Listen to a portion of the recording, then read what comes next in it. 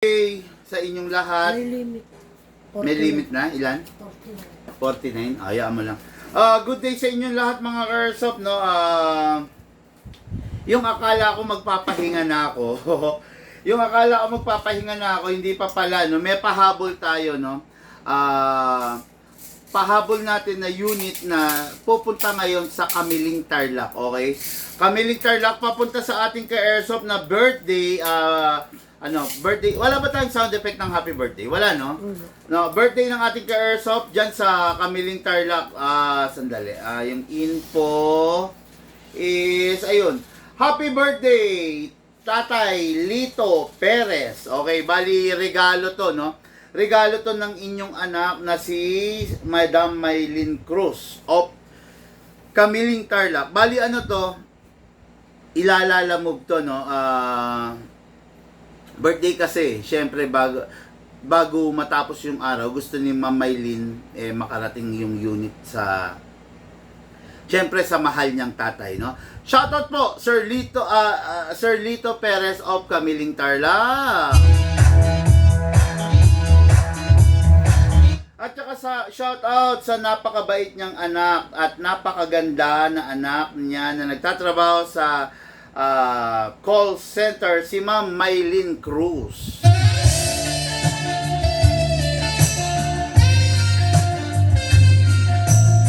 Okay, no?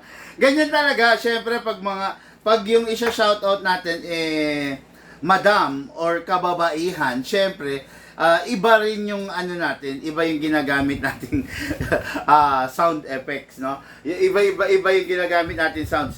Pag syempre lalaki, iba medyo may pagka-macho. Pag babae, may pagka-seductive, di ba? Shout out Ma'am Maylin Cruz.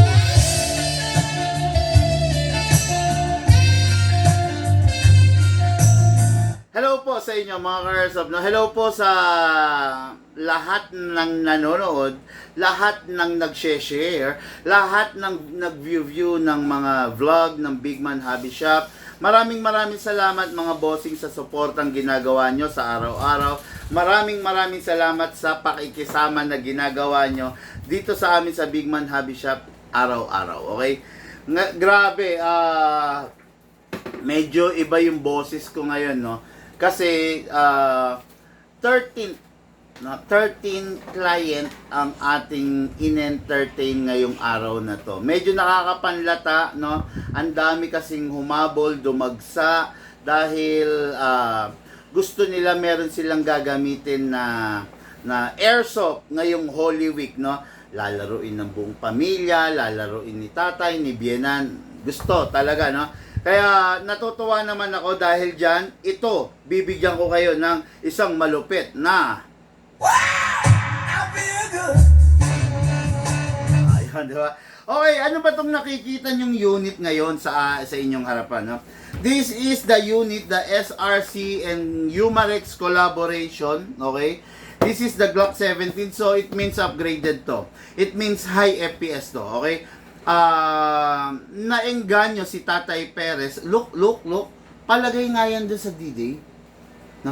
Naengganyo si Tatay Lito Perez ng Kamiling Tarlac nung makita niya yung banggaan na ginawa natin between Taiwan, WE and SRC Umarex collaboration ng Glock 17, no? Nakita niya kung gaano ka-hapdi FPS, no? Nanonood na raw siya sa mga iba't ibang vlog, pero ngayon lang daw siya nakakita ng Glock na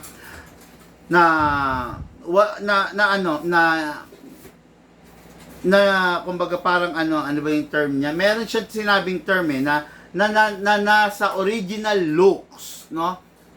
Na ganun kataas ang FPS, no? Ngayon lang daw siya nakakita, no? Kaya napa-contact siya sa atin, no?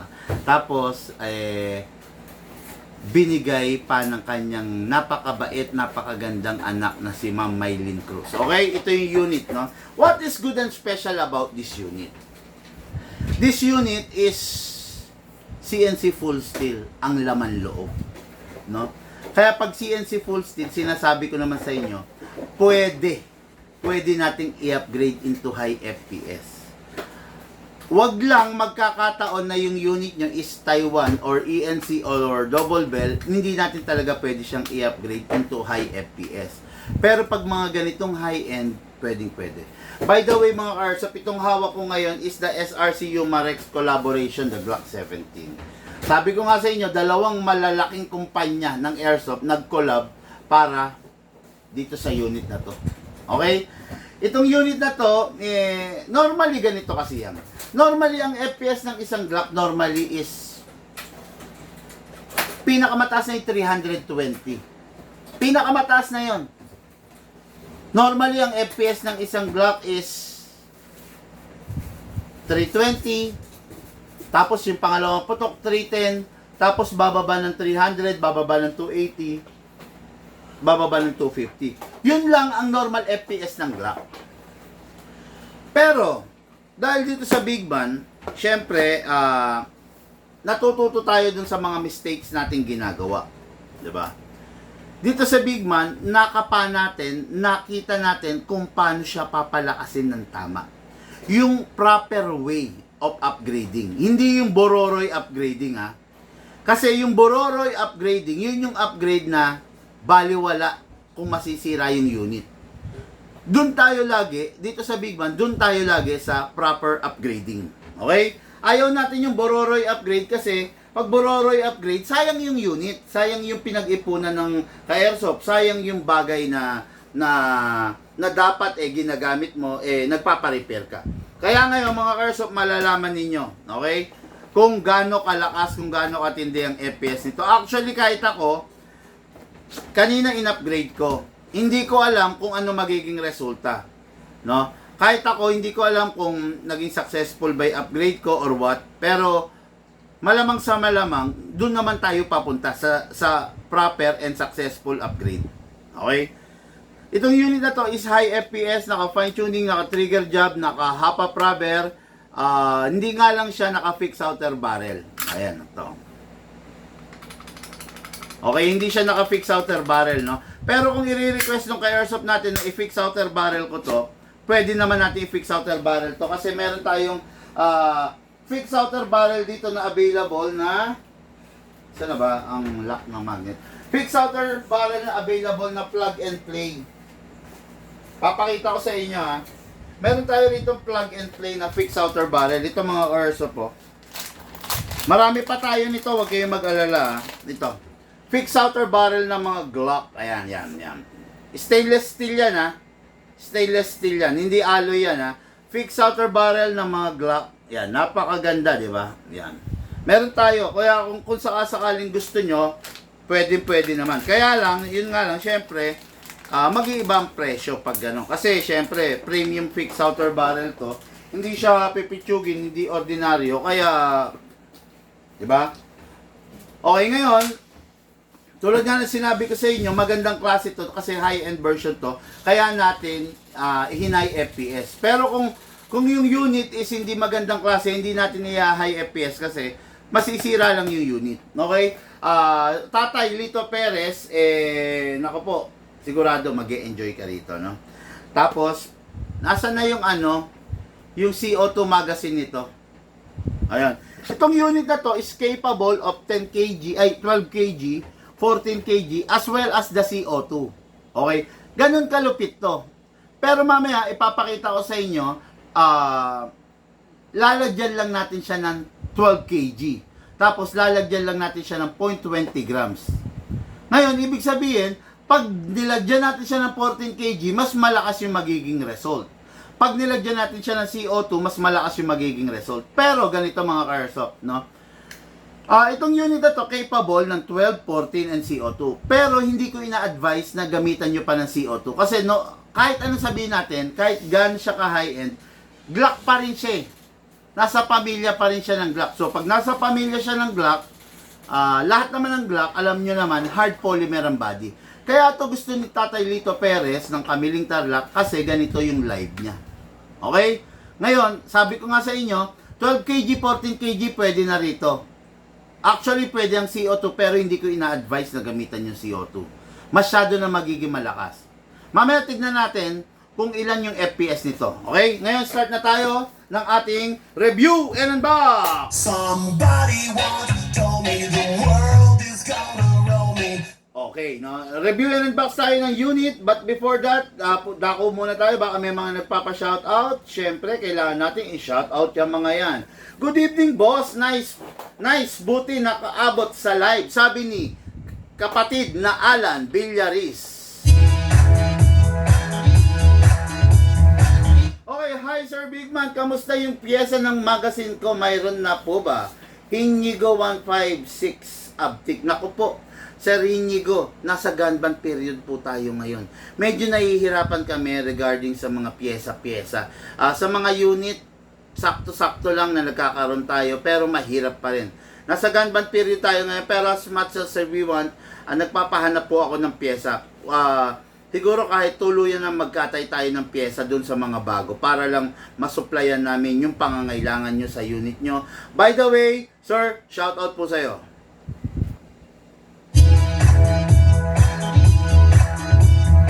Good evening, Big Man. Pa-shoutout din po. Di mo ko binati nung April 9. Birthday ko rin.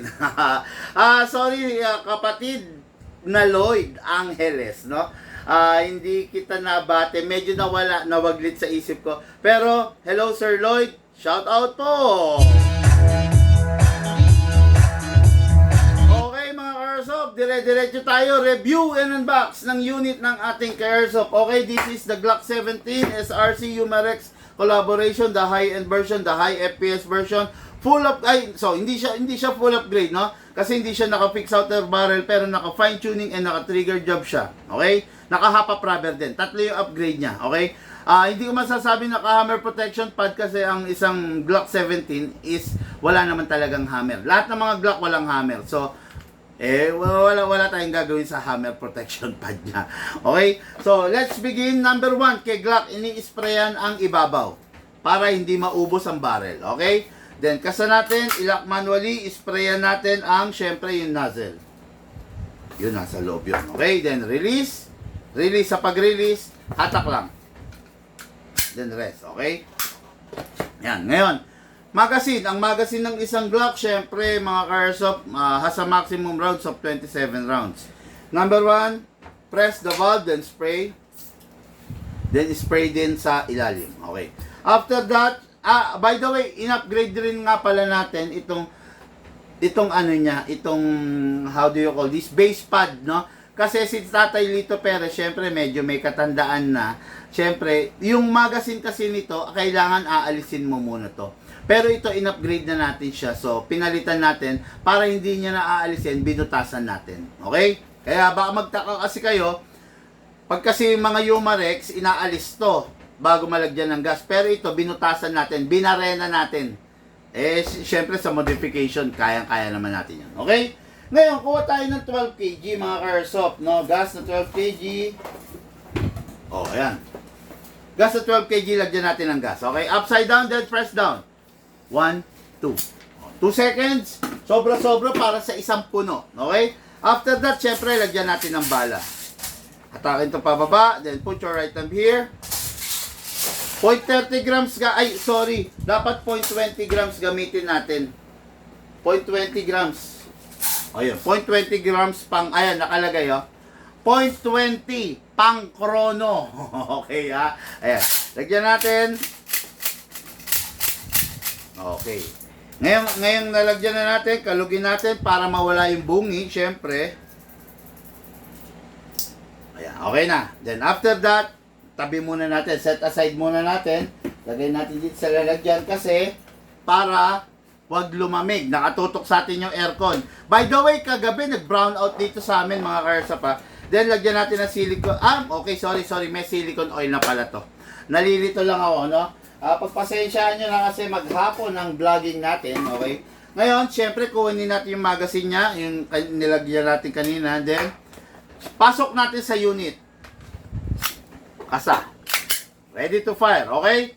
Chrono natin para matuwa, para malaman ng ating ka-airsoft kung gaano kalakas yung airsoft niya. Okay? Request to. Mga ka-airsoft, huwag kayong magtataka. This is an upgraded version. This this is an upgraded version, high FPS converted, modified. Okay? Firing, first fire. Naka-on? First fire. Lakas, oh. Sige, lagay mo. 399. 399. Para sa isang Glock, napakalakas yan. Normally, 300 to and below, 399. Firing! 393. 393. Firing! 407. 407. Firing! 408. 408. Firing! 401. Oh. Para sa isang Glock na mapatungtong natin sa 400, actually medyo nahihinaan pa ako ron, pero yun na yung inabot niya, no? Normally, yung nakaraan 420, di ba? 420. Huwag kayo magugulat kung bakit malakas siya kasi converted siya. Tapos isa pa, bakit yung dati 420, bakit ito nagsimula 399, tapos nag 400, nag 407. Kasi mga airsoft, lagi ko sinasabi sa inyo, kung merong 10 airsoft, lahat yan magkakaiba ng FPS. Wala dun sa 10 airsoft na magkakaparehas ng FPS. At imposible yun. Okay? Yan, katulad nito, high FPS na matatawag kasi tumungtong siya ng 400. Although hindi kasi lakas nung nakaraan, pero still malakas siya. Okay? Ngayon, bihirang-bihira mapatungtong isang Glock ng ganito at napakadelikado. Especially kung yung Glock mo is yung mga Glock na low level, no? Pag ang Glock mo is WE-ENC double bell, wag mo nang pangaraping i-upgrade ng ganito kataas kasi sisirain mo lang siya. Okay, firing po tayo. Firing, Glock.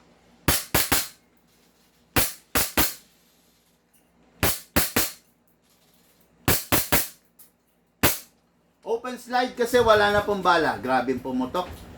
Antindi. Next thing to do, release the magazine. Then the slide, then rest the hammer by pressing the trigger. Okay? Ito yung unit natin kay Airsoft, syempre Tatay Perez na ireregalo ni Madam Maylene Cruz of Kamiling Tarlac. Hindi ko lang alam kung bakit magkaiba silang apelyido, malamang married na siguro to si Madam Maylene Cruz kaya na iba na yung apelyido niya. Okay? Shout out, sabi ni Junwick.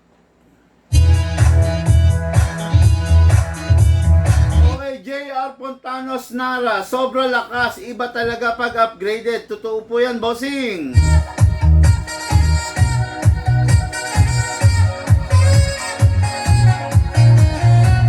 Okay, nandiyan na yung rider. Okay. Okay mga Karsop, hindi ko napapatagalin kasi ilalala move to going Kamiling Tarlac. Kung gusto nyo, mag-message na kayo. Isa sa mga pinakamalakas na Glock version na meron tayo. Okay? Guys, lahat po tayo nagmula sa iba't ibang larangan, pinagbuklod, pinag-isa, ng iisang libangan. Yun po ang paglalaro ng Airsoft. Siyempre, hatid sa inyo ng inyong lingkod, Big Man. Thank you po!